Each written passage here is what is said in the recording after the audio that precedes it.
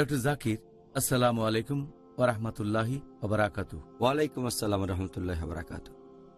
Doctor Zakir, আজকের অনুষ্ঠানে আপনার কাছে আমার প্রথম প্রশ্ন যে ইসলাম ধর্মে বাধ্যতামূলক বা আবশ্যিক রোজা বাদে আর কোনো ধরনের রোজা কি আছে? আলহামদুলিল্লাহ ওয়াসসালাত ওয়াসসালাম আলা রাসূলিল্লাহ ওয়া আলা আলিহি ওয়া সাহবিহি আজমাইন, আম্মা বাদ। আউযু বিল্লাহি মিনাশ শাইতানির রাজীম, বিসমিল্লাহির রহমানির রহিম। রব্বি ইশরাহ লি সাদরি ওয়া ইয়াসসির লি আমরি ওয়াহলুল উকদাতাম মিন লিসানি ইয়াফকাহু কাওলি। ইসলাম ধর্মে আমরা যে কাজগুলো করি সেগুলোকে দুভাগে ভাগ করা হয়েছে। একটা হচ্ছে বাধ্যতামূলক, এটাকে বলা হয় ফরজ। আরেকটা হচ্ছে ঐচ্ছিক, যে কাজটা আমরা স্বেচ্ছায় করে থাকি। রোজা রাখার ক্ষেত্রেও একই ব্যাপার। একটা বাধ্যতামূলক রোজা, এটাকে বলা হয় ফরজ রোজা, আর ঐচ্ছিক রোজা, এটাকে বলা হয় তাতাবু। আল্লাহ সুবহানাহু ওয়া তাআলা আমাদের মুসলিমদের জন্য কিছু কাজকে ফরজ বা বাধ্যতামূলক করেছেন। প্রত্যেক মুসলিমকে কমপক্ষে এই দায়িত্বগুলো পালন করতে হবে, সব বিশ্বাসী পালন করবে। আর এটার পাশাপাশি আল্লাহ সুবহানাহু ওয়া তাআলা আমাদের দয়া করেছেন, কিছু কাজ রেখেছেন আমাদের জন্য ঐচ্ছিক, যাতে সব বেশি পেতে পারি, রহমত পেতে পারি। আর এতে করে ক্ষতিপূরণ দেয়া যাবে, মেরামত করা যাবে, শোধরানো যাবে যদি কোনো ফরজ কাজ মিস করি অথবা কোনো ভুল করে থাকি। আলহামদুলিল্লাহ, এটা আল্লাহ সুবহানাহু ওয়া তাআলার দয়া, আল্লাহ তাআলার করুণা। তিনি আমাদের কিছু কাজ করেছেন ঐচ্ছিক, যাতে আমরা সুযোগ পাই যেগুলো মিস করেছি তা পূরণ করার, যাতে করে বেহেশতে যেতে পারি।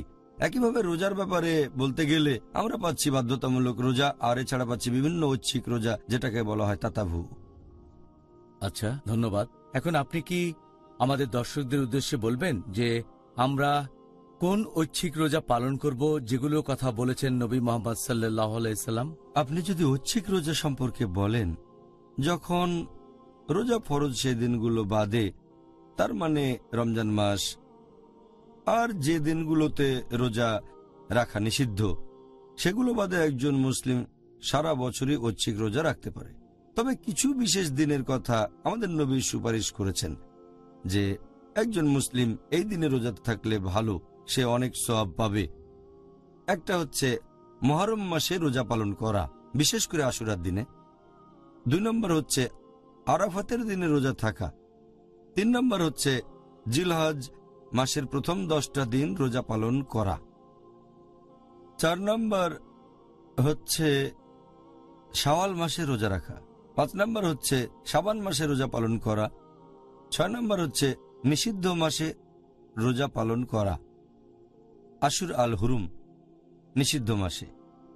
7 নম্বর হচ্ছে রোজা পালন করা আয়ামুল বিদ, মানে প্রতি মাসে 3 দিন, প্রত্যেক মাসে 13, 14 আর 15 তারিখে।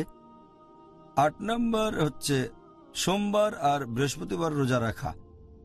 আর 9 নম্বর হচ্ছে একদিন অন্তর একদিন রোজা রাখা। তাহলে এই হলো 9 ধরনের ঐচ্ছিক রোজা নবী যেগুলো সুপারিশ করেছেন। তাহলে 9টা আলাদা ক্যাটাগরি। আপনি কি এখন বলবেন এই ঐচ্ছিক রোজাগুলোর মধ্যে গুরুত্বপূর্ণ কোনটা? ঐচ্ছিক রোজাগুলোর মধ্যে সবচেয়ে গুরুত্বপূর্ণ হচ্ছে মুহররম মাসে রোজা রাখা, বিশেষ করে আশুরা মানে মুহররমের 10 তারিখে।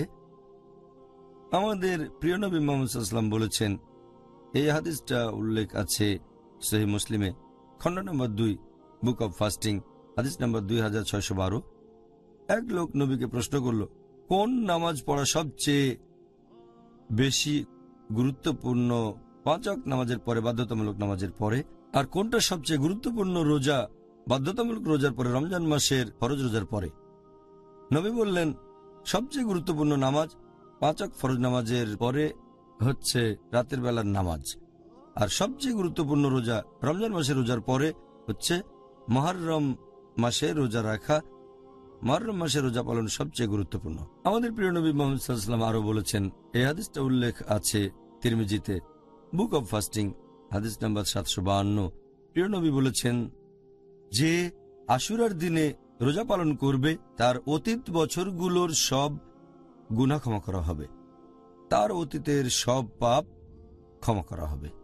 আরেকটা হাদিস আছে সহিহ বুখারীতে, খণ্ড নম্বর 3, বুক অব ফাস্টিং, হাদিস নাম্বার 2004, বলা হয়েছে যে ইবনে আব্বাস রাদিয়াল্লাহু আনহু বলেছেন যে নবী মুহাম্মদ সাল্লাল্লাহু আলাইহি ওয়াসাল্লাম যখন মদিনায় গেলেন তখন ইহুদিদের প্রশ্ন করলেন। সে সময় ইহুদিরা রোজা থাকতো মুহররমের 10 তারিখে, যে তোমরা মুহররমের 10 তারিখে রোজা রাখো কেন? তারা উত্তর দিল যে এই দিন বনী ইসরাইল শত্রুর কাছ থেকে মুক্তি পেয়েছিল, আল্লাহ সুবহানাহু ওয়া তাআলা এই দিন তাদের মুক্ত করেছিলেন, আর আমাদের নবী মুসা আলাইহিস সালাম এই দিনে রোজা রাখতেন। নবী মুহাম্মদ সাল্লাল্লাহু আলাইহি ওয়াসাল্লাম তখন বললেন, নবী মুসা আলাইহিস সালামের উপর তোমাদের চেয়ে আমাদের অধিকার বেশি। নবী মুসলিমদের তখন নির্দেশ দিলেন যে মুসলিমরা মুহররমের 10 তারিখে রোজা থাকবে আশুরার দিনে। আরও একটা হাদিস আছে সুনান আবু দাউদে, খণ্ড নম্বর 2, বুক অব ফাস্টিং, হাদিস নাম্বার 2439। এখানে ইবনে আব্বাস বলেছেন, আল্লাহ তার উপর সন্তুষ্ট হন, যে যখন নবী মুহাম্মদ সাল্লাল্লাহু আলাইহি ওয়াসাল্লাম বললেন যে মুসলিমদের উচিত মুহররমের 10 তারিখে রোজা রাখা, তার মানে আশুরার দিনে, তখন কয়েকজন সাহাবী নবীর কয়েকজন সহচর নবীকে বললেন যে এই দিনটা তো উদযাপন করে থাকে ইহুদিরা, এটা তাদের কাছে গুরুত্বপূর্ণ দিন। নবী তখন বললেন, আগামী বছর ইনশাআল্লাহ আমরা মুহররমের 9 তারিখে রোজা রাখব। তবে দুর্ভাগ্যজনক যে নবী এর পরের বছরে জীবিত ছিলেন না, তার আগে তিনি মারা গেছেন। সুন্নান আল নিসাইর একটা হাদিস, বুক অব ফাস্টিং, হাদিস নাম্বার 2416, যে নবী 4টা জিনিস কখনো মিস করতেন না। 1 নম্বর আশুরার দিনে রোজা রাখা, 2 নম্বর জিলহজ মাসের প্রথম 10 দিন রোজা রাখা, 3 নম্বর প্রত্যেক মাসে 3 দিন রোজা রাখা, আয়ামুল বিদ, আর ফজরের নামাজের আগে 2 রাকাত সুন্নত নামাজ। এই হাদিসের ভিত্তিতে জানতে পারি যে খুব ভালো আশুরার দিনে রোজা রাখাটা, অর্থাৎ মুহররম মাসের 10 তারিখে রোজা রাখা। তবে ইহুদিদের থেকে আলাদা করার জন্য ভালো হয় যদি 9 তারিখেও রোজা থাকেন। সবচেয়ে ভালো রোজা থাকবেন 9 আর 10 তারিখে। তবে কেউ যদি শুধু 10 তারিখেই রোজা রাখে কোনো সমস্যা নেই। অনেক বিশেষজ্ঞ বলেন রোজা রাখবেন 10 এবং 11 তারিখে ইহুদিদের থেকে আলাদা হওয়ার জন্য। আচ্ছা, অনেক ধন্যবাদ